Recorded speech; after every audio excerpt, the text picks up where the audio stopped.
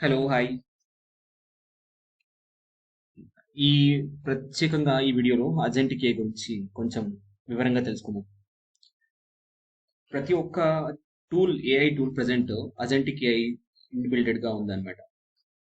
ఎందుకు ఈ అజెంటిక్ ఏఐ గురించి మనం మాట్లాడుతున్నాం అనేది నెక్స్ట్ మరికొద్ది క్షణాల్లో తెలుసుకుందాం. ఒక ఒక ఐడియా ఉండాలి. అజెంటిక్ ఏఐ అంటే ఏంటి? ఆర్టిఫిషియల్ ఇంటెలిజెన్స్ అంటే ఏంటి? అజెంటిక్ ఏఐలో ఎటువంటి మార్పులు ఉన్నాయి ప్రెజెంట్? ఏ టూల్స్ మనం యూజ్ చేసుకుంటున్నాం ప్రెజెంట్ అనేది చూద్దాం. డే బై డే టూల్స్ అనేవి చేంజ్ అవుతుంది. దానికి కారణం ఏంటంటే కొన్ని కొత్త ప్రాబ్లమ్స్, ఏదైనా సరే ఒక ఉన్న ప్రాబ్లమ్స్ని దాన్ని సాల్వ్ చేయడం కానీ, కొత్త ప్రాబ్లమ్స్ వచ్చినప్పుడు ఎలా దాన్ని అనలైజ్ చేసి సిచ్యువేషన్ని హ్యాండిల్ చేయడం అనేది చాలా ఇంపార్టెంట్ అనమాట. సో అందుకని చెప్పి ప్రతి ఒక్క కంపెనీలు ఈ ఏఐ ఏజెంట్స్ని యూజ్ చేస్తుంది. ఈ అజెంటిక్ ఏఐ గురించి మనం ముందుగా తెలుసుకోవాలంటే ముఖ్యంగా ఒక అజెంటిక్ ఏఐలో మనం నార్మల్గా ఎల్ఎల్ఎం అయితే లాంగ్వేజ్ లార్జ్ లాంగ్వేజ్ మోడల్లో మనం కొన్ని ఇన్స్ట్రక్షన్స్ కానీ కొన్ని ప్రాంప్ట్స్ అనేవి మనం ఇస్తాం. ఇచ్చిన తర్వాత ఆ ప్రాంప్ట్స్కి సంబంధించి మనకు ఏఐ అనేది కొన్ని రెస్పాన్సెస్ ఇస్తుంది. అయితే ఇక్కడ మెయిన్గా అజెంటిక్ ఏఐ అనేది ఏంటంటే మెయిన్గా మనకు ఇక్కడ ఏంటంటే ఒక ఒక పర్సన్గా యాక్ట్ చేస్తుంది అనమాట. మీరు ఒక పర్సన్ మీరు ఒక పర్సన్తో మాట్లాడుతున్నారు. ఆ పర్సన్ మీరు ఒక ఇన్ఫర్మేషన్ గురించి తెలుసుకోవాలనుకుంటున్నారు. ఆ ప్రాంప్ట్ అనేది ఆ ఇన్ఫర్మేషన్ గురించి కంప్లీట్‌గా డీప్ అండ్ డెప్త్‌గా అది కంప్లీట్‌గా వర్క్ చేస్తుందనమాట. కాబట్టి చాలామంది ఈ ప్రాంప్ట్ రాసేటప్పుడు ఒక రోల్ అనేది ఇవ్వడం మర్చిపోతారు. ఈ అజెంటిక్ ఏఐ అనేది ఒక కోవర్కర్. మీ కింద ఉండే అసిస్టెంట్ కానీ, మీ కింద ఉండే ఒక మేనేజర్ కానీ, మీ కింద ఉండే ఒక పర్సన్‌ని అక్కడ మీరు ఒక రోల్‌గా తీసుకొని ఆ పనిని తనతో చేపిస్తున్నారనమాట. అది అజెంటిక్ అని అంటాం. సో అయితే మనకు 3 మెయిన్ ఇంపార్టెంట్ ఉన్నాయి ఇక్కడ తెలుసుకోవడానికి. సో అవి ఏంటంటే ప్రతి ఒక్క విషయము మనము ఒక 3 పిల్లర్స్ ద్వారా మనం తెలుసుకుందాం. ఫస్ట్ ఏంటంటే ఒక కాంప్లెక్స్ టాపిక్స్‌ని మనం తెలుసుకోవడానికి మనకు ఏఐ అనేది యూజ్ అవుతుంది ప్రెజెంట్. మనం ఎంతో వరకు కొన్ని టాపిక్స్‌ని చదవడానికి చాలా ఇష్టపడతాం కానీ, ఆ చదివిన టాపిక్‌ని మనం ఇంప్లిమెంటేషన్ చేయాలనుకున్నప్పుడు చాలా వరకు ఆ టాపిక్స్ అనేవి మనకు అర్థమవ్వవు. సో అలాంటి టాపిక్స్‌ని మనకు సింపుల్ వేలో మనం కంప్లీట్ చేయడానికి ఈ అజెంటిక్ టూల్‌లలో మనకు ఈ రీజనింగ్ టెక్నిక్ అనేది అవసరం అవుతుంది. సో బేసిక్‌గా దీన్ని వాడతాం. తర్వాత ఇక్కడ మనం ఒక ప్లానింగ్ విషయంలో వచ్చేసరికి మెయిన్‌గా మనకు కొన్ని టాస్క్‌లు అనేవి చేస్తుందన్నమాట. కొన్ని టాస్క్‌లు అనేది కంప్లీట్‌గా చేసేస్తుంది. మనం రాసిన ఆహ్, దాన్ని బట్టి. తర్వాత ఈ ఏపీఐస్ ఎగ్జిక్యూషన్ కానీ, తర్వాత మనం ఒక టూల్‌ని యూజ్ చేసినప్పుడు ఎలా అయితే మనం ఆ టూల్‌లో ప్రాంప్ట్స్ యూజ్ చేస్తామో, సో అవన్నీ కూడా ఇది ఒక ప్రాంప్ట్ ద్వారా మనకు రీజనింగ్ అండర్‌స్టాండ్ చేసుకోగలుగుతుంది. కొన్ని సింపుల్ వేలో టాస్క్‌ని రెడీ చేయగలుగుతుంది. దాంతో పాటు ఎగ్జిక్యూషన్ కూడా చేయగలుగుతుంది. యూజింగ్ ఆఫ్ ద ఏపీఎస్ అన్నమాట. ఏపీఎస్ అంటే అప్లికేషన్ ప్రోగ్రామింగ్ ఇంటర్ఫేస్. ఇది డీప్ అండ్ డెప్త్‌గా మన తర్వాత తెలుసుకుందాం. ఇక్కడ టూల్స్ మనం 100 బిలియన్ మార్కెట్‌ని నేడు మనకు ఆపర్చునిటీస్ కూడా చాలా వరకు ఈ ఏఐలో, ఆర్టిఫిషియల్ ఇంటెలిజెన్స్‌లో, తర్వాత ఒక అజెంటిక్ ఏఐ జాబ్ మార్కెట్ విషయంలో కూడా అజెంటిక్ ఏఐ యూజ్ చేయడం ద్వారా మాక్సిమం వరకు 2024 నుంచి 20 3, 24, 25, 26 ప్రెజెంట్ మనం 26లో ఉన్నాం. 2034కి గ్లోబల్ ఏఐ ఏజెంట్ ఈ విధంగా మనకు ప్రొడక్టివిటీ అనేది 41%, 42% వరకు మనకు ట్రిగ్గర్ అయ్యే అవకాశం ఉందని చెప్తున్నారు. సో మెయిన్‌గా ఏంటంటే ఈ ఏజెంటిక్ ఏఐని యూజ్ చేయడం ద్వారా చాలా వరకు మనం మన డైలీ లైఫ్‌లో మనం సింపుల్ కాన్సెప్ట్స్ కాకుండా ఒక కాంప్లెక్స్ కాన్సెప్ట్‌ని మనం అండర్‌స్టాండ్ చేసుకొని వాడుతున్నాం. మాక్సిమం దీన్ని ఏమంటే కాంపౌండ్ యాన్యువల్ గ్రోత్ రేట్ అంటాం అనమాట. అంటే ఏంటంటే ఒక over period of the time మనం గ్రోత్‌ని మెన్షన్ చేసినప్పుడు ఈ 42.19% ఆఫ్ కాంపౌండ్ రేట్ అనేది యాన్యువల్ గ్రోత్ అనేది కనిపిస్తుంది అనమాట. ఇందులో మనకు ఒక 25% ఏంటంటే జెన్ ఏఐ గురించి. ఓకే, మనం ఎలా ఈ టైం లైన్ అనేది ఎలా ఎప్పుడు ఎవాల్యుయేషన్ అయింది అనేది చూద్దాం. 2023లో మనకు టెక్స్ట్ని ఇమేజెస్ని జనరేట్ చేయగలుగుతున్నాం. అంటే టెక్స్ట్ జస్ట్ మనం ఇచ్చిన ప్రాంప్ట్కి టెక్స్ట్ రాస్తూ ఉన్నాం. అప్పట్లో అంత ఐడియా అనేది ఉండేది కాదు ప్రతి ఒక్కరికి. ఈ generative AI just text images వల్ల ఓన్లీ జస్ట్ ప్రాంప్ట్ లాగా యూజ్ చేసుకుంటున్నారు. 2023లో టూల్స్ని యూజ్ చేయడం ద్వారా కొన్ని ఏపీఐస్ని మనం కాల్ చేయడం, అంటే కొన్ని different type of retrieval argumentation. అంటే మనం ఒక ఏఐ టూల్ ఇచ్చినటువంటి విషయాన్ని ర్యాగ్ అంటాం. ర్యాగ్ అంటే ఏంటంటే రిట్రీవల్ ఆర్గ్యుమెంటేషన్ జనరేషన్. అంటే మనకి ఇక్కడ ఏంటంటే ర్యాగ్ అనేది గుర్తు పెట్టుకుంటాం. మనం ఏదైతే ఇచ్చామో, ఎగ్జాంపుల్ మనం ఒక చిన్న ఎగ్జాంపుల్ ఇచ్చాం. నేను హైదరాబాద్ నుంచి ఒక వరంగల్ అనే ప్లేస్కి వెళ్తున్నా. అయితే ఈ వరంగల్ వెళ్ళవలసిన టైం అనేది ఎంత చూపిస్తుందని మనం క్వశ్చన్ వేసామనుకో.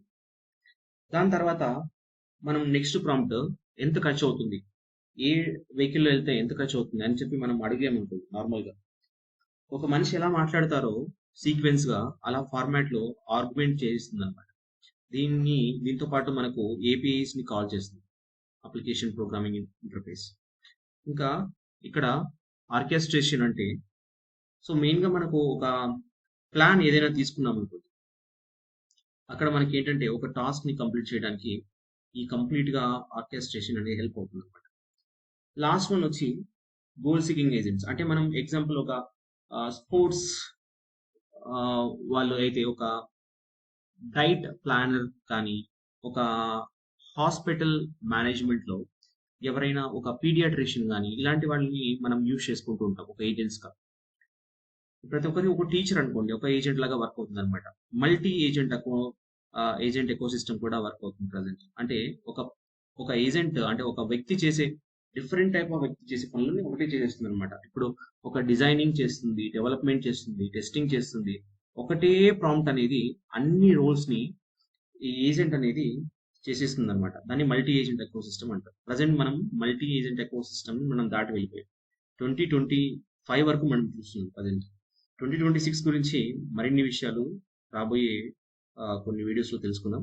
అయితే మెయిన్గా మనకు ఈ ఎంసిపి ఏజెంట్స్, ఈ లాస్ట్ వన్ వచ్చి మనకు ఏదైనా సరే ఒక డేటాని మనం యూజ్ చేసుకునేటప్పుడు మోడల్ కాంటెక్స్ట్ ప్రోటోకాల్ అంటుంది. అంటే ఒక ఏఐ మోడల్స్ని మనం కనెక్ట్ చేయడానికి ఎక్స్టర్నల్గా, సో మనకు ఇక్కడ డేటా సోర్స్ అనేది అవసరం అవుతుంది అనమాట.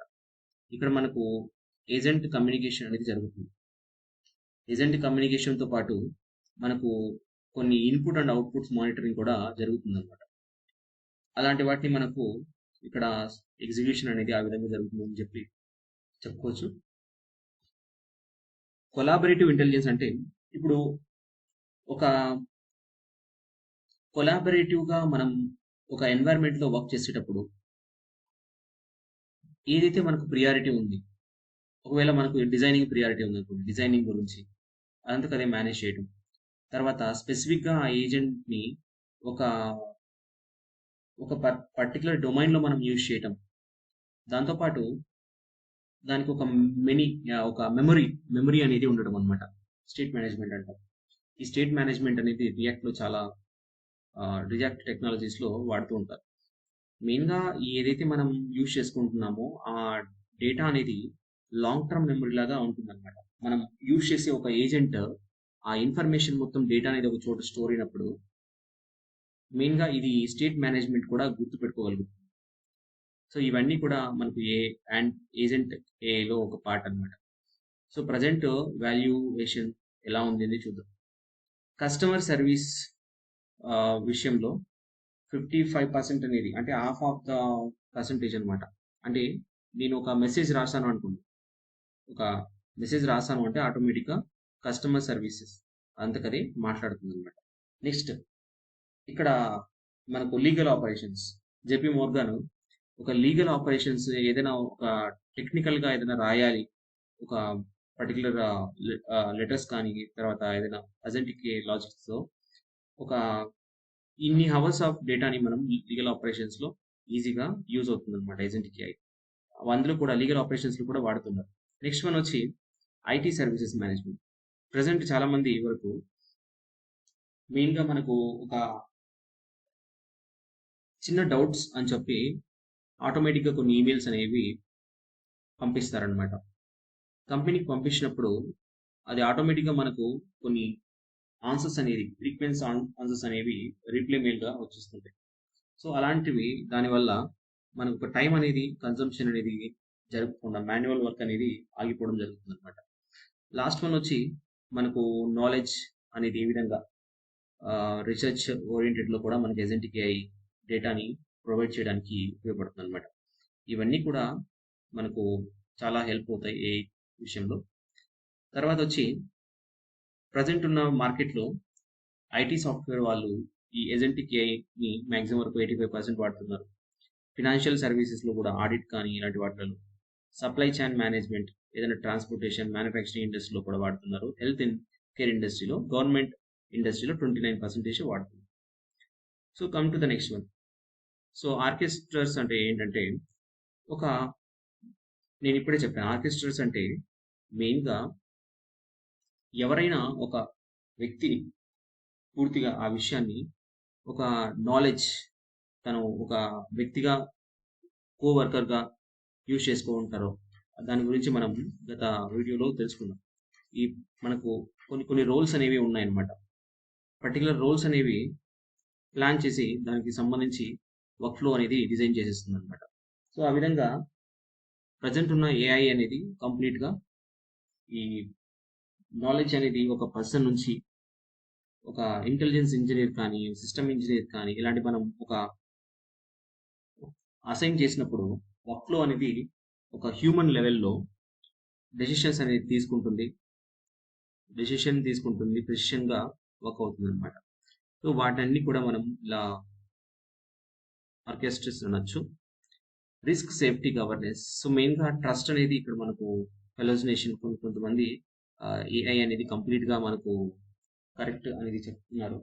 దాంతోపాటు మనం డేటాని ఇచ్చినప్పుడు మన డేటాలో కొన్ని ఏజెంట్స్ వల్ల సెక్యూరిటీ అటాక్స్ అనేవి రావడం, తర్వాత డెసిషన్ మేకింగ్ ప్రాబ్లమ్స్ కూడా కొన్నిసార్లు మనకు ప్రాబ్లమ్స్ అనేవి ఫేస్ అవుతాయి అన్నమాట. కాబట్టి మనం రిస్క్ సేఫ్టీ గవర్నెన్స్ విషయంలో కొంచెం జాగ్రత్తగా తీసుకోవాలి ఏదైనా మనం డేటాని యూజ్ చేసేటప్పుడు. సో ఇదొక చిన్న కన్సర్న్ అని చెప్పొచ్చు అనమాట. నెక్స్ట్ వన్ వచ్చి మనం ఏఐ గురించి పూర్తిగా తెలుసుకోవడానికి ముఖ్యంగా ఫస్ట్ వన్ వచ్చి మెయిన్గా మనకు ఈ ఏజెంటిక్ ఏఐని యూజ్ చేసేటప్పుడు ఫస్ట్ వన్ మనం ఒక ఐడెంటిఫికేషన్, ఫస్ట్ వన్ దేన్ని ఏ విధంగా యూజ్ చేయాలని తెలుసుకోవాలి. తర్వాత రియల్ టైం డేటా మనం ఒక మెయిల్, నేను ఒక ఎగ్జాంపుల్ చెప్తాను.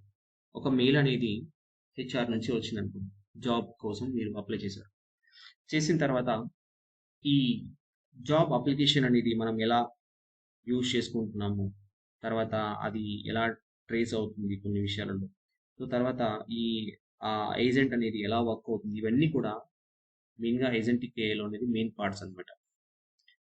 సో నెక్స్ట్ వన్ వచ్చి మీకు ఏమైనా ప్రజెంట్ వీటి మీద క్వశ్చన్స్ ఉంటే మీరు అడగవచ్చు. సో కాబట్టి మీరు ఏదైనా సరే ఒక క్వశ్చన్ని మీరు అడిగి కమెంట్లో చెప్పండి. మనం నెక్స్ట్ వీడియోలో మరికొన్ని టెక్నాలజీస్ గురించి తెలుసుకుందాం. Thank you. మీకు ప్రతి ఒక్క విషయం కూడా టైం స్టాంప్లో ఇవ్వడం జరిగింది. సో ప్రతి ఒక్కరు కూడా ఛానల్ని సబ్స్క్రైబ్ చేసుకొని తర్వాత ఈ నాలెడ్జ్ని ప్రతి ఒక్కరికి షేర్ చేస్తారని అనుకుంటున్నాను. Thank you so much.